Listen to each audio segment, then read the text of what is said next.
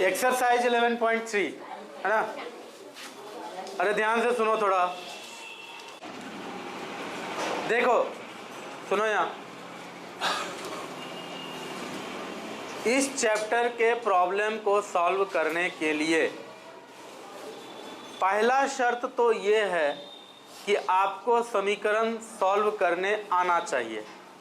अगर कहीं लिखा हुआ है कि x/7 - 44 बराबर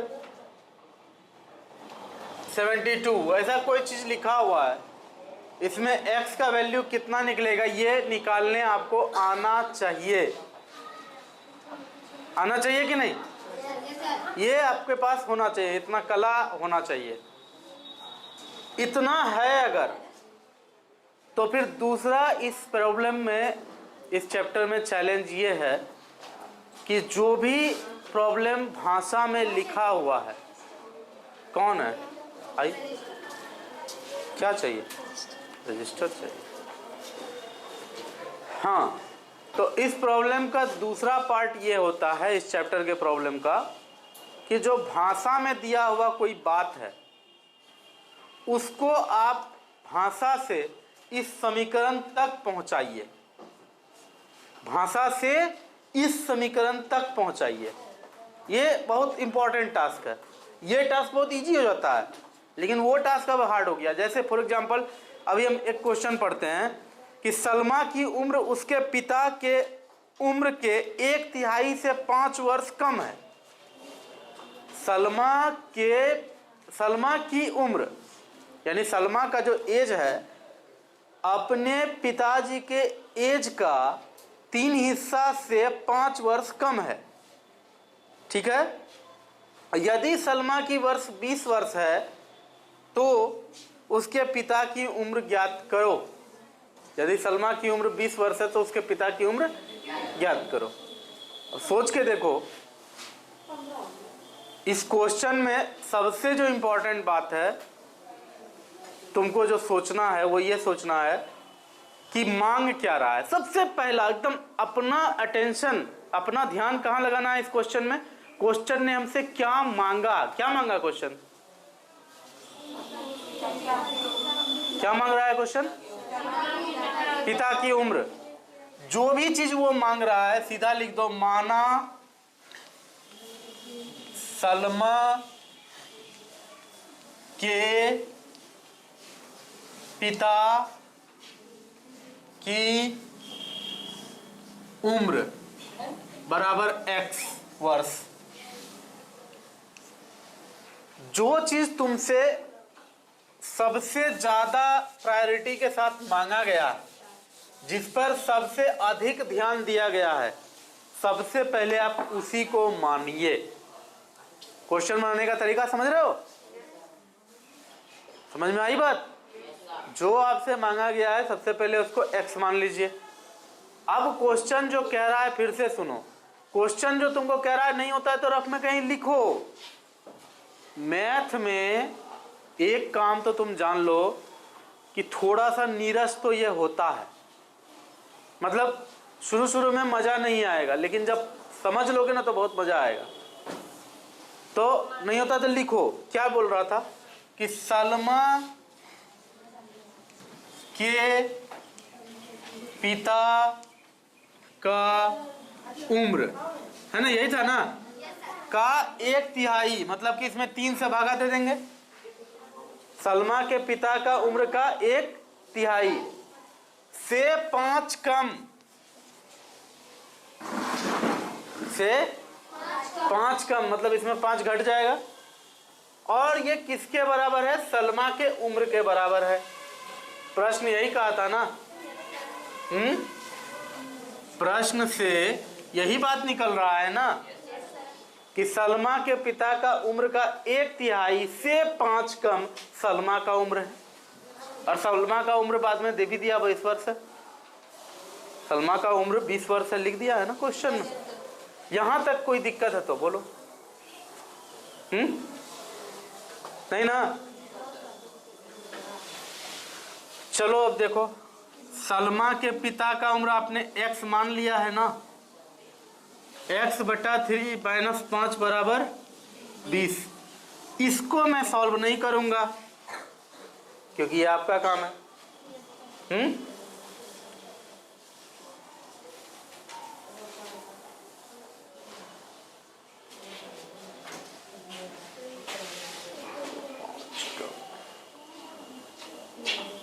क्या हो जाएगा तब यहाँ पर x बटा 3 यही रहेगा, 5 इस पार आकर के क्या होगा, जुड़ जाएगा इसमें। 20 5 25। फिर x का मान निकालने के लिए दोनों साइड 3 से गुना करेंगे तो क्या हो जाएगा, 25 गुना 3 75 होगा। इधर 3 से गुना करने पर 3 3 कट जाएगा, तो x का मान कितना आएगा, 75 वर्ष। 75 लिखने के बाद वर्ष भी तो लिखना पड़ेगा। Question number 18। अपने अपने आगे हर कोई बुक खोल के रखे हुए हो ना? हाँ, Bihar board mathematics class 7 book. Vikram ने 8 कुर्सी एवं 2 मेज खरीदने में कुल 2900 रुपये खर्च किए। ध्यान से सुनना। विक्रम ने 8 कुर्सी एवं 2 मेज खरीदने के लिए कुल 2900 रुपये खर्च किए।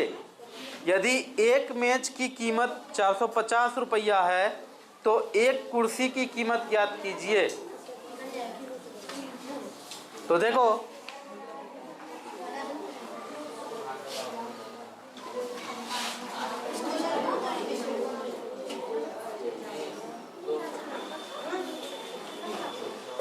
क्वेश्चन में अगर पहले जो हम तुमको सिखाए हैं उसके आधार पर बात करें, क्वेश्चन में तुमसे मांगा क्या है,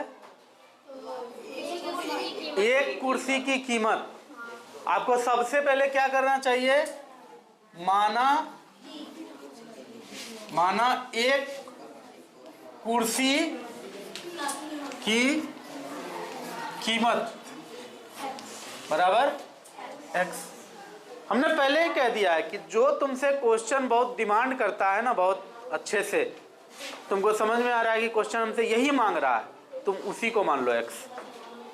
ठीक है। बाकी तो तुमको ये भी बता चुके हैं कि अगर 2 सम संख्या हो तो तब क्या मानना है, 3 लगातार संख्या हो तब क्या मानना है, ये सब तो बता चुके हैं, है ना।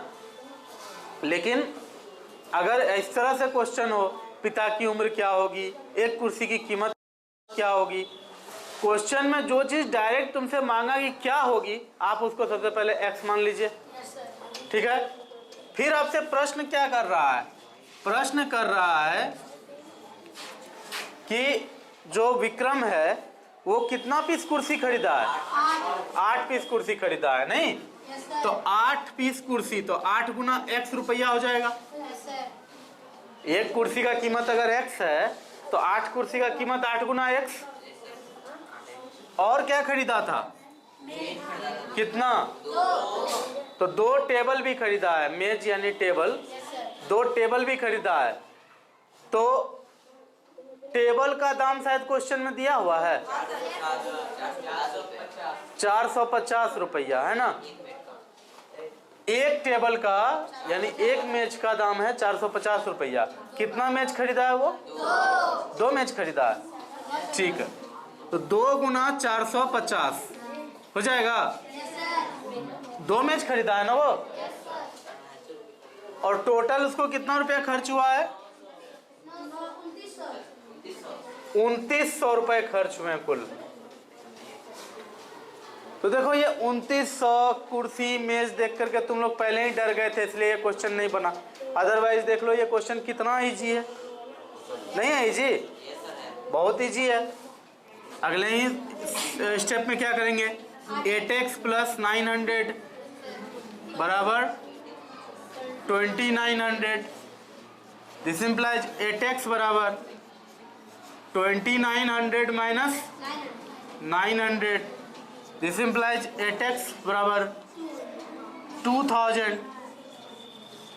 दिस इम्प्लाइज x बराबर 2000 बटा 8। हाँ, कटाओ, 8 दूनी 16, 4 पर 0 आएगा, 8 पंचे 40, फिर 0, 250 रुपया हुआ। तो हो गया यही आंसर। तुम ही सोचो, छोटा छोटा स्टेप में अगर क्वेश्चन को बनाओगे तोड़ तोड़ के, तो कितना आसानी से क्वेश्चन बन रहा है। जरा सा समय लग रहा है क्या? इतना समझा रहे हैं इसीलिए, नहीं तो फिर अगर हमें दे दिया जाए कलम की कॉपी पर बनाना है, मैं 1 मिनट होने नहीं दूंगा। ये तो सिंपल सी बात है, होगा नहीं ऐसा। 1 मिनट के अंदर बनेगा क्या? बोलो 30 सेकंड में बन जाएगा। तो ऐसा ही ये सब क्वेश्चन होता है। हम क्यों बना पाते हैं 1 मिनट के अंदर, 30 सेकंड के अंदर? क्योंकि हम इसको छोटा छोटा टुकड़ा में देखते हैं।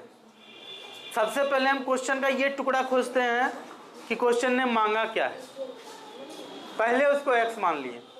फिर ये ढूंढते हैं कि क्वेश्चन ने क्या बताया है, और जो बताया है उसको लिख लेते हैं। क्वेश्चन ने ये बताया कि 8 कुर्सी और 2 मेज खरीदने में 2900 रुपया लगा। उस बात को, जो बात वाक्य में लिखा हुआ है, उसको समीकरण में इस तरह से लिखे, ये करने तुमको आना चाहिए। ये अगर नहीं आता है तो, अभी तक अगर नहीं आता है तो बहुत दुख की बात है। हमने पूरा प्रयास किया है कि आप हमेशा कोई भी बात जो शब्द में लिखा हुआ है उसको आप मैथ में लेके आ जाएं, इसका हमने पूरा प्रयास किया है। फिर भी अगर नहीं हो रहा है तो पीछे का रिवाइज करो, जो पढ़ाए हैं उसको जाके रिवाइज करो, ठीक है। और अगर ऐसा कोई प्रॉब्लम सॉल्व किए हैं तो उसको भी रिवाइज करो, और रिवाइज करने में तुमको जो वीडियो रिकॉर्ड हो रहा है अभी, ये बहुत हेल्प करेगा, है ना। सो नेक्स्ट क्वेश्चन है, ध्यान से सुनना। Question number 19। दो पूरक कोणों का अंतर 20 डिग्री है तो दोनों कोण ज्ञात करें। बड़ा ही अच्छा क्वेश्चन है। देखो, इस क्वेश्चन को बनाने के लिए आपको पहले से क्या पता होना चाहिए? पूरक कोण, कॉम्प्लीमेंटरी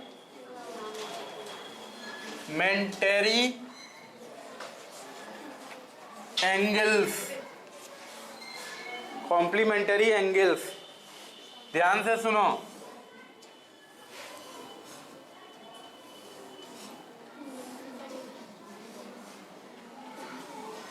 अगर कहीं भी दो कोण है, एक है x और दूसरा है y, ये तो 90 डिग्री दिख रहा है ना।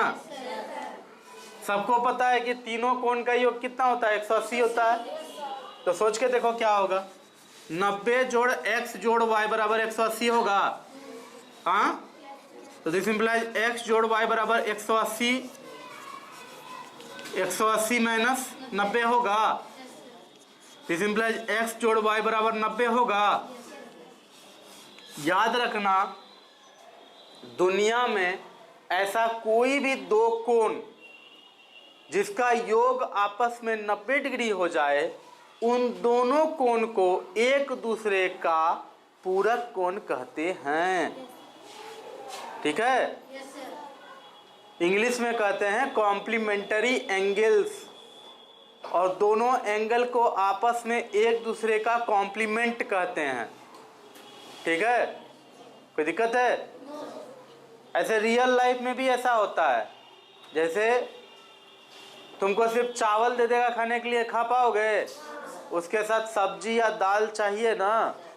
तो वही होता है, दाल या सब्जी चावल का कॉम्प्लीमेंट है। और सिर्फ दाल या सब्जी दे देंगे तो साथ में चावल या रोटी चाहिए ना। तो चावल या रोटी सब्जी दाल का कॉम्प्लीमेंट है। आई बात समझ में? तो याद रखना कि यहाँ x और y दोनों का जोड़ करके कितना आ रहा है? 90 आ रहा है। तो ये दोनों कोण एक दूसरे का, x और y एक दूसरे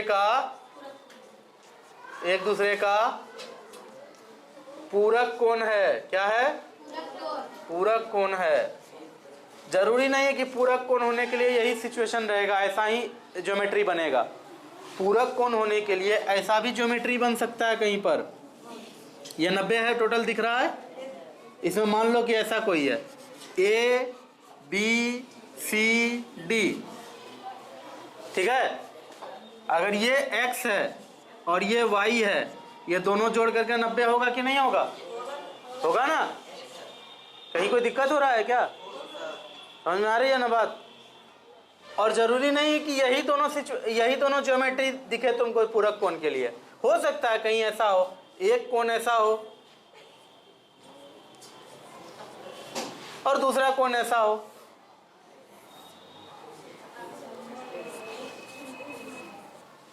चालीस डिग्री 50 डिग्री जोड़ करके दोनों का कितना मान आएगा? इसलिए ये दोनों कोण भी आपस में क्या होगा? पूरक कोण। कैसा होगा? पूरक कोण। तो याद रखना, समीकरण को सॉल्व करने का हम बहुत सारा टेक्निक तुमको समझाते आए हैं ना? उसी तरह से एक टेक्निक अभी हम तुमको बताते हैं। याद करो, जब 3 लगातार संख्या मानना था तो हमने कहा था पहला को x मान लेना, दूसरा को x+1 मान लेना, तीसरा को x+2 मान लेना। बताए थे कि नहीं? उसी तरह से जब लगातार सम संख्या मानने की नौबत आई थी, हमने कहा था पहला को 2x मानना, दूसरा को 2x+2 मानना, तीसरा को 2x+4 मानना। अगर आगे और मानने बोले तो वही +4 के बाद +6 होगा। अपना कॉमन सेंस लगाना। फिर हमने तुम्हें कहा था कि अगर विषम संख्या कभी मानना हो तो तुम क्या करना, पहला को 2x+1 मानना, दूसरा को 2x+3 मानना, तीसरा को 2x+5 मानना। इसी तरह से क्रम से तुम मानते चले जाना। बोले थे ना? तो ये सब टेक्निक होता है, इस तरह के प्रॉब्लम को सॉल्व करने का टेक्निक होता है ये सब, है ना? उसी तरह अब हम तुमको पूरक कोण का टेक्निक बताएंगे। पूरक कोण में क्या टेक्निक होता है वो देखो। जब भी तुमसे कहा जाए कि 2 पूरक कोण हैं तो तुम वहाँ थोड़ा सा घबरा सकते हो कि अरे हमको तो कोई एक ही x मानने के लिए कहा जाता है, अब पूरक कोण तो 2 है तो 2 कोण हुआ आपस में, कैसे मानेंगे 2 अलग अलग? x और y मान लेंगे तो उसको सॉल्व करने का कोई तरीका तो है नहीं। तो उसका तरीका ये है पूरक कोण का कि माना पहला कोण बराबर x, पहला कोण बराबर x और दूसरा कोण बराबर 90 - x। ये याद रखो। देखो उधर हंसी बहुत छूट रहा है, जाके ऐसा तबला बजाएंगे ना तब हंसी छूटना बंद हो जाएगा। देखो यहाँ चुपचाप, पहला है x और दूसरा है 90 डिग्री -x।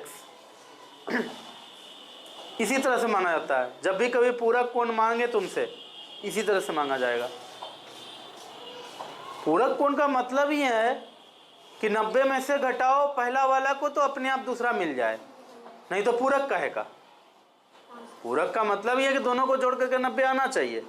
दोनों को जोड़ के देखो, x कट जाएगा, 90 आ जाएगा।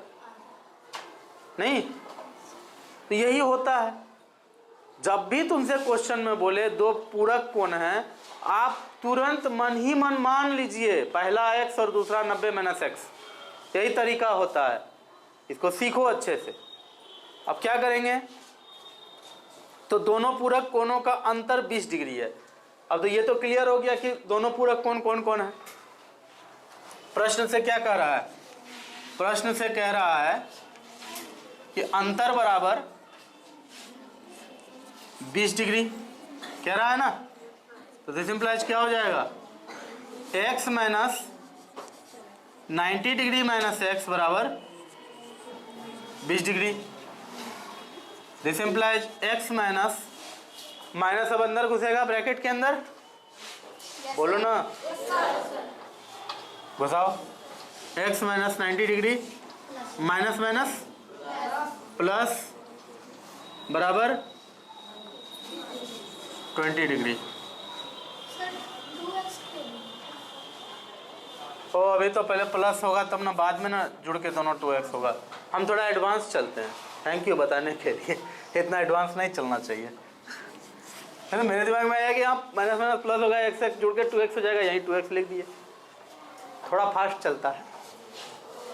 x + x कितना हो गया, बराबर 20 इधर है, उधर से 90 लाके जोड़ दें तो प्लस हो जाएगा, इधर इधर माइनस है 90 तो इधर जाके क्या होगा 90 20 कितना होता है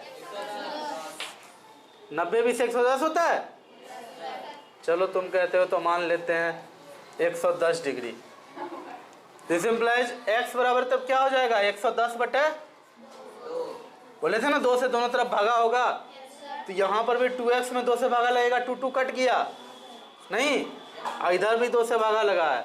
तो ये जनरली लोग नहीं लिखता है, डायरेक्ट क्या करता है कि इधर का 2 को लगे इधर भगा दे दिए, ऐसा बोलता है।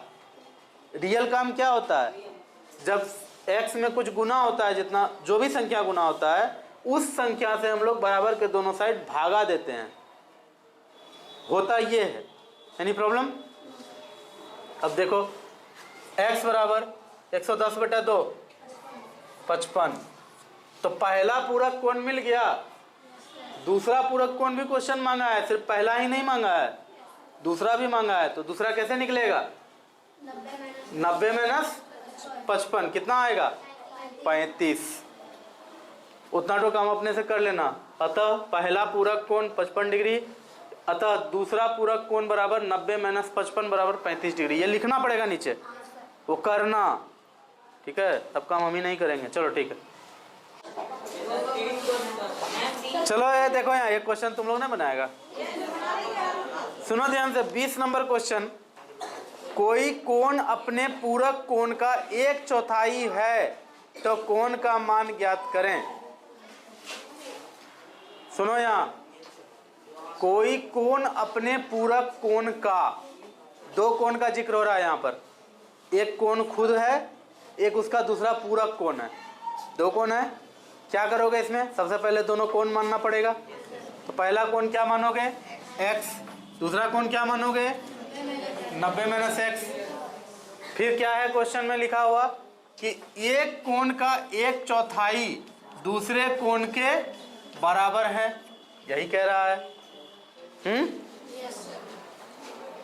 कोई दिक्कत है? पूरक कोण का 1/4 है, यानी ये जो है कोण, इस कोण का 1/4 है, इसमें 4 से भागा देने पर दूसरा कोण हमको मिल रहा है। अगर कोई स्टूडेंट ऐसा लिख दे कि सर हम ऐसा बोलेंगे कि x बराबर 90 डिग्री माइनस x बटा 4, एकदम सही है, ठीक है ना। ऐसा कोई बंधन नहीं है कि इसी में बट्टे 4 करेंगे या इसी में बट्टे 4 करेंगे, मतलब एक में बट्टे 4 होने पे वो दूसरे के बराबर है। क्वेश्चन यही तुमसे कहा है, ठीक है। तो इसको बना लो, 4 आके यहाँ गुना हो जाएगा, या यूं कह लो कि दोनों तरफ 4 गुना करेंगे, इधर 4 से 4 कट जाएगा, यहाँ 4 गुना होकर के 4x रह जाएगा। हाँ जैसे समझो, तुम्हारी मर्जी। तो यह काम आगे होगा। फिर ये माइनस x है, इस पर आके क्या होगा, तो क्या हो जाएगा x बराबर क्या होगा 90 बटे 5, 19 पंचे 90 होता है, 18 पंचे 90 होता है। 18 आ गया तो फिर दूसरा कोण क्या निकलेगा, 90 में से 18 घटा लो, 90 में से 18 घटा लो, 72 हो जाएगा। अच्छा, इसको बनाने का दूसरा तरीका देखो क्या है, ये ठीक है, ये समझ में आया कैसे करेंगे। दूसरा तरीका देखो इसी को बनाने का। हमें क्वेश्चन में कहा गया है कि पहला कोण दूसरे कोण का 1/4 है, तो पहला कोण हम लोग x मान लिए, दूसरा कोण x बटा 4 मान लिए। कोई दिक्कत? और चूंकि दोनों पूरक कोण है तो दोनों का जोड़ कितना होना चाहिए 90, है ना। इस तरह से भी सॉल्व करके देखना, उतने आएगा। नहीं आया बात समझ में? आप पूरक कोण ही मान लिए पहले, x और 90 माइनस x, फिर तब क्वेश्चन में दिया हुआ दूसरा शर्त पे काम किए, पहला दूसरे के 1/4 के बराबर है। ये भी तरीका ठीक है। दूसरा तरीका क्या बताएं, पहले हम लोग क्वेश्चन का दूसरा वाला बात ही मान लिए कि पहला कोण दूसरे कोण का 1/4 है और दोनों पूरक कोण है तो दोनों का योग 90 डिग्री होगा। आई बात समझ में? तो दोनों तरीका सही है। क्या बोला? यहाँ पे x बराबर 72 आएगा। हाँ, यहाँ x बराबर 72 आएगा, लेकिन दूसरा कौन फिर 18 आ ही जाएगा ना। अरे सीधी सी बात है, आंसर 72 और 18 आना चाहिए, पहला दूसरा का बात नहीं है। कोई दिक्कत है? ठीक, अब क्या है?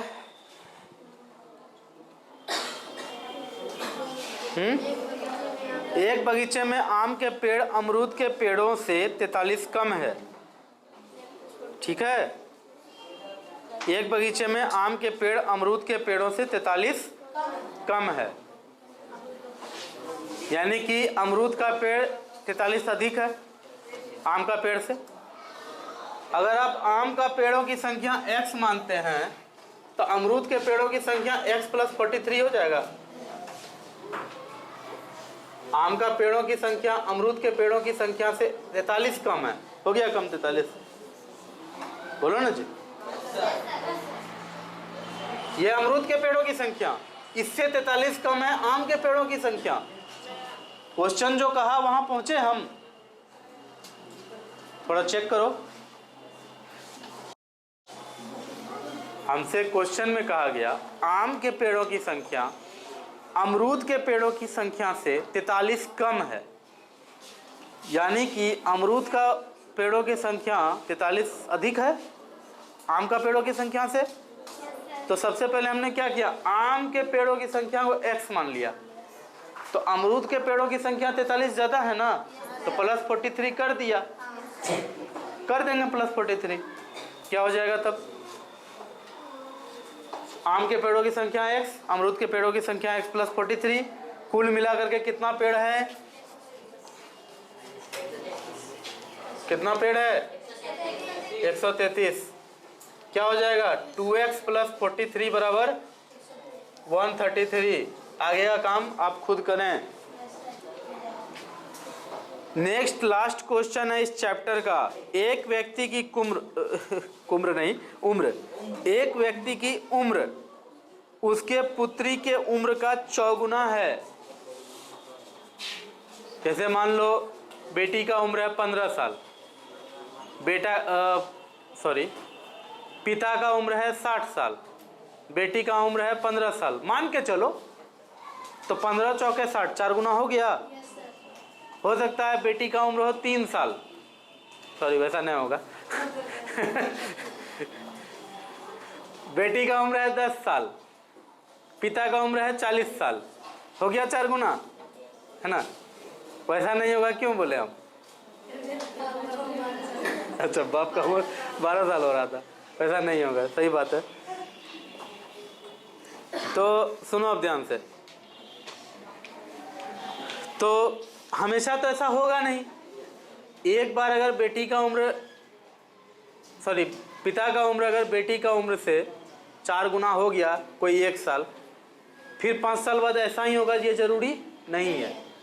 फॉर एग्जाम्पल अभी तुमको बताते हैं, जैसे कि जब बेटी 10 साल की है उस समय पिता 40 साल का है, ठीक है? बेटी 10 साल की तो पिता 40 साल का। 5 साल बाद का सिचुएशन देखो, बेटी 15 साल की हो गई, अब पिता 45 साल का, अब 4 गुना रहा, अब 3 गुना हो गया, नहीं हो गया 3 गुना? वही बोले कि ये जो रेशियो वाली बात है, ये कै गुना होगा, ये बदलते रहता है, साल दर साल बदलते रहता है। ऐसा ज़रूरी नहीं है कि एक बार पिता का उम्र पुत्री से 4 गुना हो गया तो हमेशा के लिए 4 गुना ही रहेगा, ऐसा नहीं होता है। आपने एग्जाम्पल देख लिया, कोई दिक्कत? अब इसी में आगे दिखाते हैं तुमको क्या है आगे। तो एक व्यक्ति की उम्र उसके पुत्री के उम्र का 4 गुना है, मतलब पुत्री का उम्र अगर x मानोगे तो पिता का उम्र कितना होगा, जल्दी बोलो? 4x। बहुत अच्छा, क्योंकि पिता का उम्र 4 गुना है, तो पुत्री का उम्र तुम x मान लो, पिता का उम्र ऑटोमेटिक कितना हो जाएगा? 4x।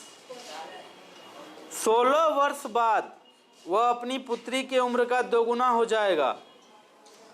अब 16 वर्ष के बाद क्या होने वाला है? वो अपनी पुत्री का उम्र का 2 गुना हो जाएगा। पुत्री की उम्र ज्ञात कीजिए। बड़ा ही अच्छा क्वेश्चन है, ठीक है, बोर्ड मिटाते हैं, उसके बाद बताते हैं। देखो इसमें क्या करेंगे, माना पुत्री की उम्र, पुत्री की उम्र कितना है, x, यही मानेंगे ना। और तुम ही अभी तुरंत बोले थे कि पिता का उम्र कितना होगा, 4x, है ना। क्यों, क्योंकि क्वेश्चन ही कह रहा है कि पुत्री का उम्र से पिता का उम्र 4 गुना है। जो क्वेश्चन बोला वही किए, चौगुना बोल रहा है ना, तो चौगुना कर दिए, पहला को x माने तो ऑटोमेटिक ये 4x हो गया, कोई दिक्कत। अब देखो 16 वर्ष बाद, 16 वर्ष बाद पुत्री की आयु, 16 वर्ष बाद पुत्री की आयु कितना होगा, x जोड़ 16। अगर मान लो x का मान यहाँ अभी 10 साल है, 16 वर्ष बाद 26 साल ना हो जाएगा। अभी किसी का उम्र अगर 10 साल है तो 16 वर्ष बाद 26 होगा। अभी अगर 12 साल है तो 16 वर्ष बाद 28 होगा। जितना भी होगा 16 वर्ष के बाद का क्या सिचुएशन होगा, जो आयु आज है वो आयु में 16 जुट जाएगा, और कुछ एक्स्ट्रा होगा क्या, नहीं होगा। ये कंसेप्ट समझ में आया। जब भी कभी ये एज वाला क्वेश्चन में बोले कि 5 वर्ष बाद, तो एज में 5 जोड़ देना, 6 वर्ष पहले तो एज में 6 घटा देना, कोई दिक्कत, गुना या भागा नहीं करना है। पिता का उम्र क्या हो जाएगा, पिता का उम्र उतने रहेगा, पिता का भी बढ़ेगा ना, क्या होगा, उसी में 16 जुट जाएगा, यही होगा ना। अब क्वेश्चन क्या कह रहा है, क्वेश्चन क्या कह रहा है,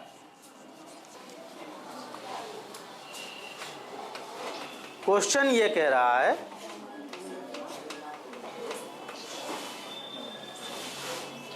कि 16 वर्ष बाद वह अपनी पुत्री की उम्र का 2 गुना हो जाएगा। यानी कि 16 वर्ष बाद पिता का जो ये है ना आयु, ध्यान से देखो, ये जो है ना पिता का आयु, ये इसका 2 गुना है, इसका 2 गुना है, पुत्री का आयु का 2 गुना है पिता का आयु। अब देखो सुनो ध्यान से, एकदम रफ करते हैं। 4 जो है वो 2 का 2 गुना होता है, बोलो ना, 4 2 का 2 गुना होता है। इसको इक्वेशन में कैसे लिखेंगे, तो 4 गुना 2 करेंगे तो 2 मिल जाएगा, यही करेंगे। क्या करते हैं तब, 2 गुना 2 करते हैं तो 4 मिलता है, यानी छोटा में 2 से गुना करने पे बड़ा मिलता है, कोई दिक्कत। यहाँ छोटा कौन होगा, पुत्री का आयु कि पिता का आयु, पुत्री का आयु। कितना भी कुछ होगा, पुत्री का आयु तो पिता के आयु से छोटा ही होगा ना। तो वही बोले पुत्री की आयु बराबर x प्लस 16, पिता की आयु बराबर 4x प्लस 16। क्या करेंगे, 2 गुना पुत्री की आयु, पुत्री की आयु में 2 से गुना करेंगे तो क्या मिलेगा, पिता की आयु। यही क्वेश्चन कहा है ना कि 16 वर्ष बाद पुत्री की आयु का दुगुना है पिता की आयु, है ना। क्या हो जाएगा तब, 2 गुना x प्लस 16 बराबर 4x प्लस 16। आगे का कार्यक्रम खुद कीजिए, करोगे। एक बार अगर x का मान निकल गया तो आंसर वही क्लियर है कि क्वेश्चन में तुमसे क्या मांगा है, पुत्री की आयु मांगा है, पिता का आयु नहीं मांगा है, इसलिए निकालने का कोई ज़रूरत नहीं है। फिर भी अगर क्वेश्चन मांगता कि पुत्री और पिता का आयु बताइए, तो पहले x का मान निकाल लेते, उसमें 4 से गुना करके 4x का मान निकाल लेते, हो जाता है answer clear. Any problem, chapter यही खत्म होता है। इसको जितना बार हो सके बार बार बनाना, कम से कम 10 बार बना लेना इस चैप्टर को, नहीं तो बाद में हम कभी भी पूछेंगे आप नहीं बता पाइएगा। अगर आप 9 बार भी बनाए हैं ना, तो हम बाद में पूछेंगे तो आप नहीं बता पाइएगा। हमने कह दिया 10 तो 10 बना करके कॉन्फिडेंट हो जाओ, ठीक है। अंडर कॉन्फिडेंट रहने का कोई ज़रूरत नहीं है, आत्मविश्वास पूरा होना चाहिए कि हाँ ये चैप्टर हम जानते हैं, वही आपको जीवन भर काम देगा, ठीक है। कोई भी क्वेश्चन आने पर यह आत्मविश्वास होना कि मैं ये बना सकता हूँ, वहीं प्रॉब्लम का आधा कमर टूट जाता है। ठीक है, इसलिए चैप्टर यहाँ समाप्त हो रहा है। आपका ड्यूटी है इस चैप्टर को शुरू से लेके एक्सरसाइज 11.3 का लास्ट क्वेश्चन तक ठीक से रिवाइज करना। ठीक है, class over. Thank you very much.